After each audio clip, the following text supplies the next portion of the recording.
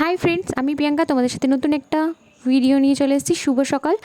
দেখো, আজকে সামান্য পরিমাণ মাটন আছে, আগের দিনের কিছুটা মাটন তুলে রেখে দিয়েছিলাম আজকে রেসিপিটা বানাবো বলে। তো বৃষ্টির দিন কী আর করবো, মাটনটাকে সিদ্ধ করে নিয়েছি।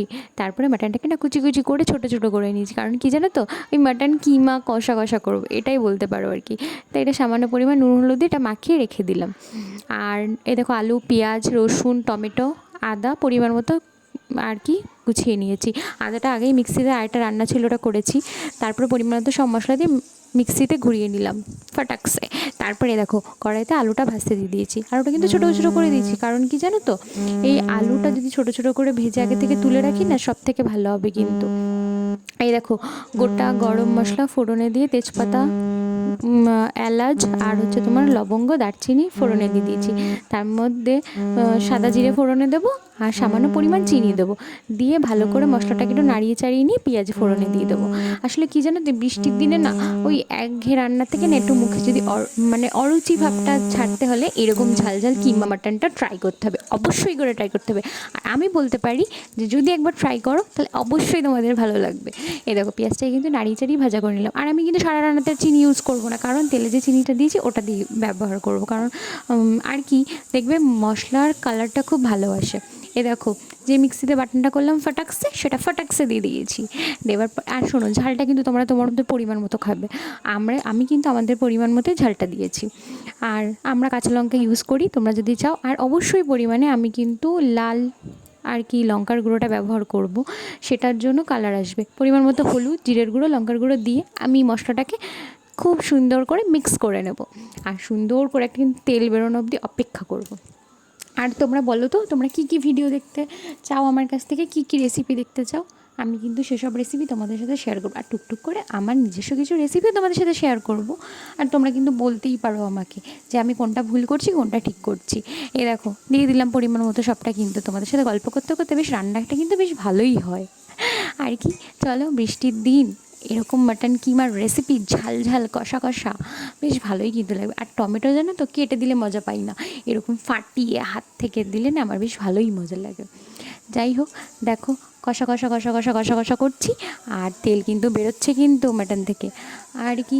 চলো, তারপর তেলটা বেরোতে বেরোতে আর একটু মশলা না মনে হচ্ছিলো লাগবে, বুঝলে তো। আর এই যে সব থেকে ইন্টারেস্টিং ব্যাপার, ওই যে মাটন কিমাটার যে সিদ্ধ স্টুটা ছিল, সেটা না আমি আলাদাভাবে রেখে দিয়েছিলাম। এই যে যখন কষাচ্ছি তখন কিন্তু ওই মানে আর কি স্টুটা দিয়ে কিন্তু কষাচ্ছি। তারপরে দেখো, কষানো হয়ে গেছে প্রায় অনেকটা পরিমাণে। তারপরে এখন মনে হলো মাটনটা দিয়ে হালকা হালকা করে কম আঁচে কষালে বেশ ভালো হবে।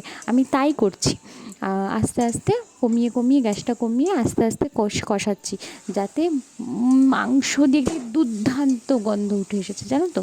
আর কি বলবো তোমাদের, অনেক পরিমাণে রান্না কিন্তু ভালো লাগে, কিন্তু জানো তো এরকমভাবে রান্না করলেও খুব বেশ ভালো লাগে। রুটি বা ভাতের সাথেও ভালো লাগে, কিন্তু রুটির সাথে কিন্তু দারুণ লাগে, রুটি বা পরোটার সাথে এরকম মাটন কিমার একটা রেসিপি। এই দেখো, আমি কিন্তু মাটন স্টুটার জল আবার ইউজ করছি, করে না আমি এই স্টুটা দিয়ে দিয়ে কমিয়ে কমিয়ে না এটাকে কষাবো। কারণ কি বলো তো, এই মাটন স্টুয়ের জলটা দিয়ে যদি কষাই না, সব থেকে বেস্ট আমার কাছে। আর কি বলবো তোমাকে, হয়তো সবাই অন্যরকমভাবে রান্না করে, আমার রান্নাটা এরকম। আর একটা কাঁচা লঙ্কা আমি এর মধ্যে দিয়েছিলাম, কারণ যদি কেউ ঝাল বা কিছু, তার জন্য না, কিন্তু এটা দিয়েছিলাম শুধুমাত্র একটা খুব সুন্দর স্মেল আসার জন্য। এই দেখো, টকবক করে ফুটছে লাল লাল মাটন কিমা। যাই বলো না কেন, আমার কিন্তু বেশ ভালোই লাগে এরকম টুকটুক করে রান্না করতে। এই দেখো, ঢেকে দিয়েছিলাম, এটাকে তুলে নেব। নিয়ে ভাজা আলুটা না মাঝখানে মিশিয়ে দিয়েছি, তোমাদের দেখাতে পারিনি, কিছু মনে করো না, দেখে নাও পরেরক্ষণই। ভাজা আলুটা কিন্তু মিক্স করে দিয়েছি, আর মাংসটা না খুব সুন্দর একটা স্মেল আসছিলো। এইটুকু বলতে পারি, যে যেটাকে ট্রাই করবে তার তার দারুণ লাগবে। আর খুব কম পরিমাণে মাটন থাকলে এটা হলো বেস্ট আমার কাছে। এই দেখো, তারপরে একটুখানি গ্যাসে না উষ্ণ গরম জল করেছিলাম হালকা পরিমাণ, কারণ এটাতে বেশি জল যাবে না। আর এটা কমিয়ে কমিয়ে হবে যেহেতু, কারণ মাটনটা এটা কমিয়ে কমিয়ে হলে তবেই কিন্তু ভালো লাগবে, বেশি বাড়িয়ে গ্যাস দিলে না এটা ভালো হবে না। তো কমিয়ে কমিয়ে এটাকে টুকটুক করে করছি। এই দেখো, আবার ঢাকা দিয়ে দেবো। এই দেখো, চলে এসছে আমার ননদিনী। এখন এসে আমাকে বলছি কি একটু মাটন দেবে আমাকে, একটু মাংস দাও। পড়ে এসেই আমার পাশে চলে এসছে। আমি বললাম ঠিক আছে, নে বাবা একটু টেস্ট কর।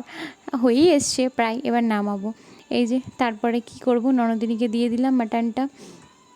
উনি টেস্ট করে বললো দেখো কি রিয়াকশান দেবে, তোমরাই দেখো। ও গরমটাই মুখে পুড়তে ব্যস্ত, আমাকে বলছে কি দাঁড়াও দাঁড়াও আগে খেয়ে নিই, দেখে তো ভালোই লাগছে, গন্ধটা তো কিন্তু ভালোই বেরোচ্ছে। অবশ্য কী বলো তো, মাটন খেতে খুব পছন্দ করে, আগে কিন্তু পছন্দ করতো না, এখন পছন্দ করে। ওই দেখো খাবার আগে রিয়াকশান দেওয়া শুরু আবার, কারণ ও মানে খুব এক্সাইটেড, আবার বলছে খুব গরম ঝাল এরকম একটা বিষয়। তারপরে না তোমাদের নামানোটা দেখাতে পারছি না, কিন্তু মাটন